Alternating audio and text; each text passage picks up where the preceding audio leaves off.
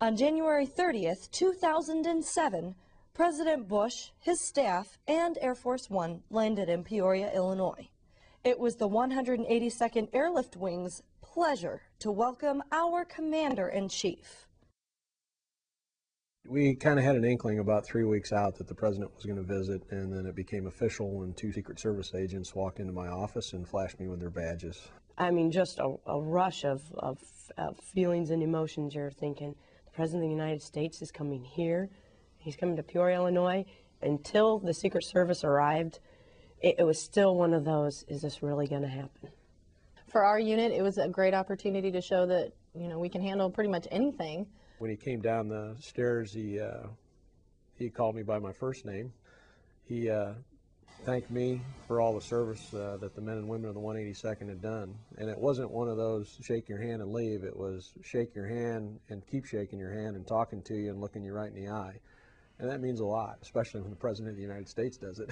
Flight landed at approximately 9 o'clock. Actually, his arrival, getting in the motorcade and going off base was very, very quick. When the airplane was on the ground initially and the convoy was moving, the movements of our personnel were limited on base. Special requirements for Air Force One, the refueling itself is pretty standard, except for ahead of time we have to run extra tests, and those are overseen by Defense Energy Supply Center, which runs all the petroleum products for the DOD.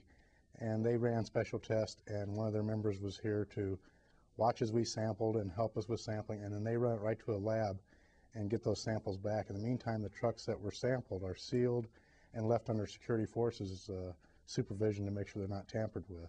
The coordination between all the aspects of the White House, the Secret Service, all the agencies involved was really great, especially on the base. We were able to pull the Secret Service and the White House staff and Air Force One people into one room and coordinate.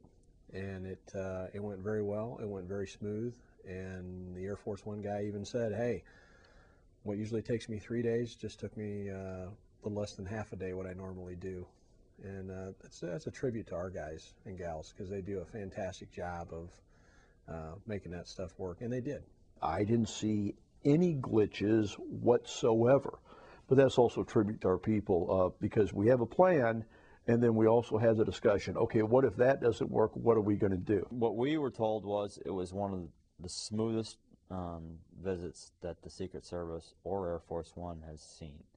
I knew he was a pretty normal guy when he came out of the airplane, and as he was walking halfway down the air stairs, he yelled out, who turned on the air conditioning? And he is the Commander-in-Chief, and he has one hell of a lot of responsibilities, not only to the country, but as a leader of the free world. And a lot of people don't remember that Mr. Bush was a pilot in the Texas Air National Guard, and his governor was the commander of the National Guard in Texas. So, as we like to say, he's a guard guy. When he came around onto the flight line and he saw all of our people standing out there, the initial plan was to just get back on Air Force One and take off. But when he saw all of our people standing out there, he ordered the motorcade to stop, and he got out and he worked the line and shook the hands of our people and thanked them.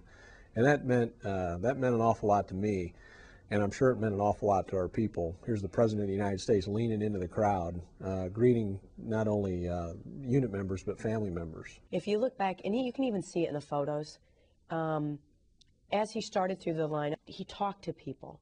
You know, he looked you straight in the eye, shake your hand. He was carrying on conversations with people. It almost seemed like he felt like he was at home. It was a chance of a lifetime to meet the Commander-in-Chief, actually get to shake his hand.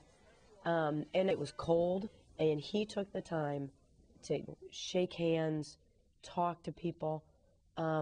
It was just incredible. Obviously, it was a once-in-a-lifetime deal. I mean, how many people actually get to see the president? Some people consider him the most powerful man in the world, so it's a pretty fantastic feeling. As a matter of fact, when the Secret Service and the White House people were getting back on Air Force One, they made a special trip over to tell me how great that they thought our people were and their performance, and that everything went off without a hitch. And it was probably one of the easier visits they had done, just due to the professionalism and dedication that our people showed.